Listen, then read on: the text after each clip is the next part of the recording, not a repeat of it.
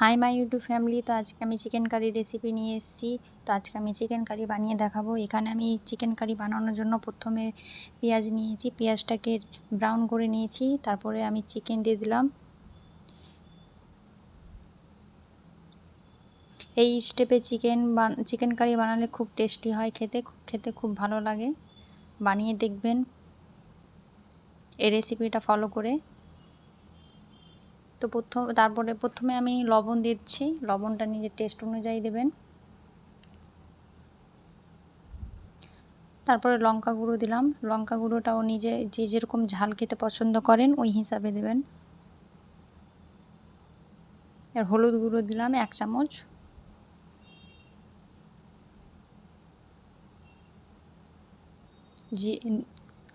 কাঁচা ধনিয়া গুঁড়ো 1 চামচ,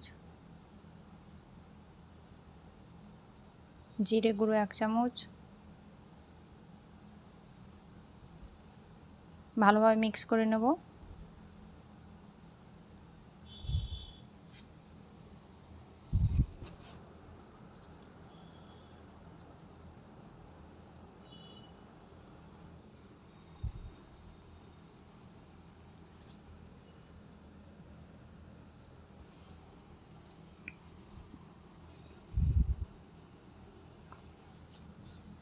মিক্স করা হয়ে গিয়েছে। এবার আমি আদা রসুন বাটা দিয়ে দেব।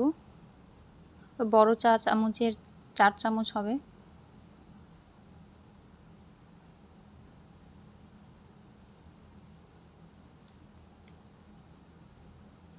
ভালোভাবে মিক্স করে নেব।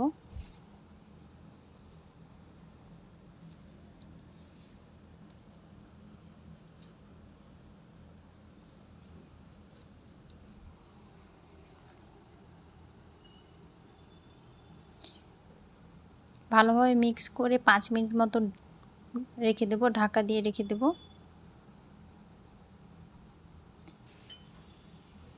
5 মিনিট পর এবার জল দিয়ে দিব।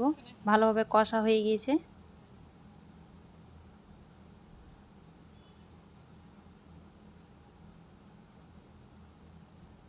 দেখতেই পাচ্ছেন কালারটা চেঞ্জ হয়ে গেছে, ভালোভাবে কষা হয়েছে সেই জন্য কালারটা চেঞ্জ হয়ে গেছে।